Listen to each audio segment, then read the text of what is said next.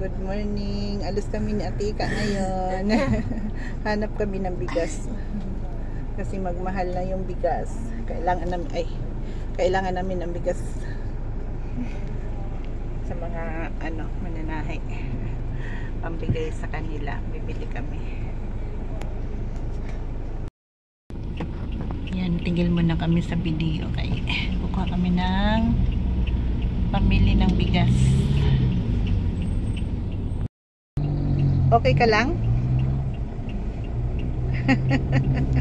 Wala kaming bili-bili ngayon kasi wala kaming pera, no? Wala tayong bili-bili no kasi wala tayong pera. Ulam natin asin. Ang kaso wala tayong asin. Tubig na lang. Magbasa eh. Pangalawang attempt ng pag-withdraw. Kanina ayaw daw magbasa yung ATM. Kaya hindi naka-withdraw. Pag hindi kami maka-withdraw, wala kami pambili. Wala ka pambili, no? Eh, wala man tayo pera, no? Uy, wala tayo pera. Iga-iga lang. Iga-iga lang ang baby ni mama. Uy, bata. Sarap buhay, ah. Siya lang kasi mag-isa doon. Higa-higa lang, ah. Sarap lang buhay. Ito yung pangalawa namin napuntahan. Medyo mura dito. Yung una mahal. Oh, Mahal yun. sarili lang din naman sana nila. Rice mill talaga siya.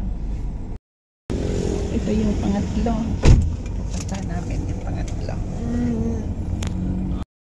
Yan na, nakabili na kami na para sa mga mananahe. Rice mill talaga siya. Yung lapad. Lapad ng nila. Nakpatugtog na. Gutom. Oy, gutom ka na? Kaya nakabili na kami ng bigas. Yan, nakakarga na.